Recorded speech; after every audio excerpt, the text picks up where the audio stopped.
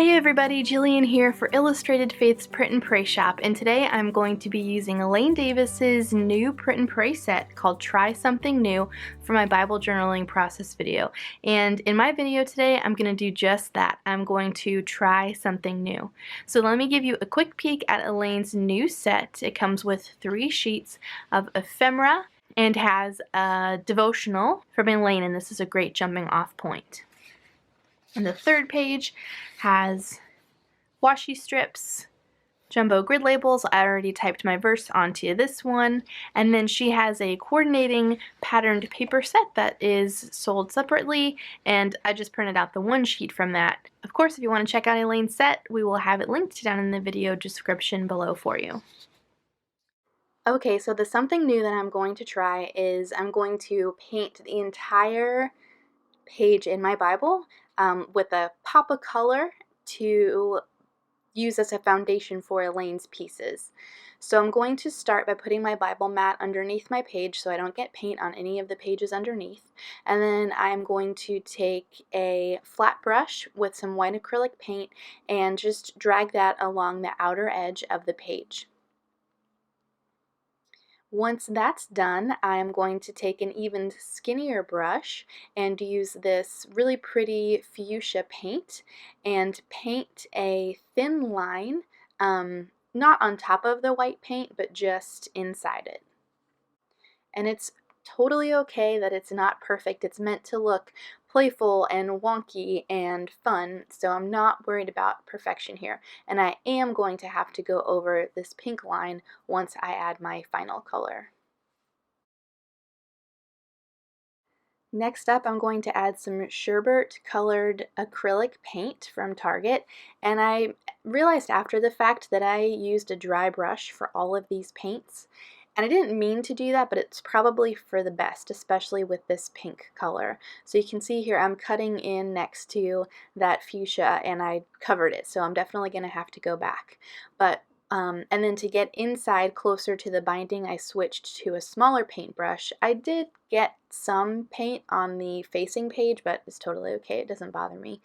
You won't notice it by the time that we're done.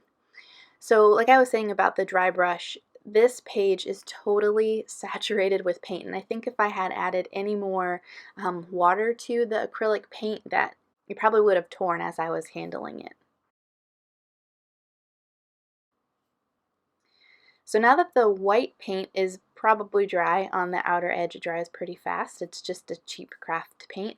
I'm going to go in with my Faber-Castell brush pen, again with the Bible mat underneath, and just put some spotty dots down only on the white edge. There's really no rhyme or reason. Again, just wanted it to look really fun. Alright, so now that I'm done with that, and you can see here when I lift up my page just how wet it is and how fragile it is. So I am just going to let that sit to the side and dry while I go ahead and cut out Elaine's pieces. I ended up letting it dry overnight and came back the next day, and you can see here there's no bleed through, but definitely some shadow. I'm going to use Elaine's Quinny Alpha stamp with her pieces from the Try Something New printable set to make my page today, and I'm in Psalm 40 verse 3. The first half says, "He put a new song in my mouth, a song of praise to our God."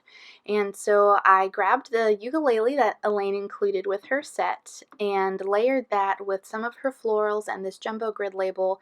I started by adding adhesive to all of the pieces so that I could kind of assemble it and then put it down as one big piece on my page.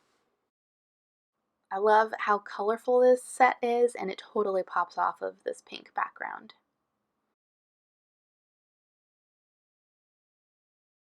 Alright, so that looks good there. And then you can see I have another piece off to the left. It says "Be Bold" and it has some flowers. I'm planning on layering those in the bottom right corner.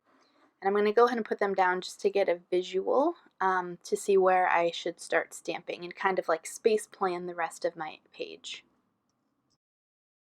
So I'm using StazOn Jet Black ink here, and it was a little slippery when I was stamping onto the acrylic paint, so you can see here that I made a mistake. But that's okay. I think it would be somewhat easy to go back over some of that ink with a really small brush and some of the pink acrylic paint to clean that up. I'm not going to do that today because I feel like I would make an even bigger mess, so I'm just going to leave it and then stamp the rest of the letters down gingerly. Before I move on to the rest of the lyrics, I want to just kind of get these guys down so that I make sure that I have enough room for them and the lyrics that I want to stamp out. I thought it would be fun to add some dimensional adhesive to this Be Bold piece, so that's what I'm going to do using some of these foam dots. They'll just kind of lift it up off of the page. So I'll use my Illustrated Faith tape runner to get the floral pieces down. There we go. Now I'll continue with the stamping.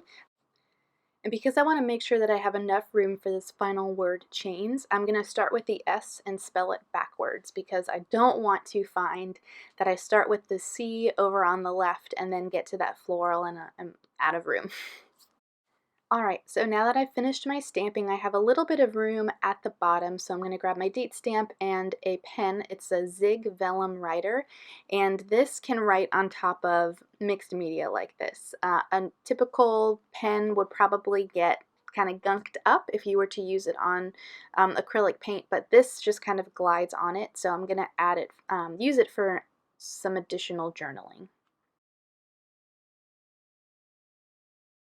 Now that all of the elements are down on my page, I'm going to go back in and fill in some spaces. So there is a patterned paper that's like a green wood grain that I'll go ahead and layer underneath this jumbo grid label. And then there's quite a bit of space underneath the guitar and that I want to fill in, but I wasn't sure what to fill it in with. It kind of didn't seem right to put another flower coming out of the bottom of the ukulele, so I remembered, I thought to myself, man, I feel like we just had music notes in a devotional kit stamp, and I remembered it was from the Come and Carol kit, so I pulled out my Come and Carol Advent stamp set and stamped some of those music notes around the page. I'll add one more bit of handwriting down here towards the bottom and then use the ZIG Vellum Writer again just to create a few more dots around the page. And that is going to do it. So here's a finished look at my page. If you guys want to pick up Elaine's new printable set, try something new from the Print and Pray shop, we've got that linked down for you below. I can't wait to see what you guys try in the new year. I hope you have a great rest of your day, and I'll see you soon.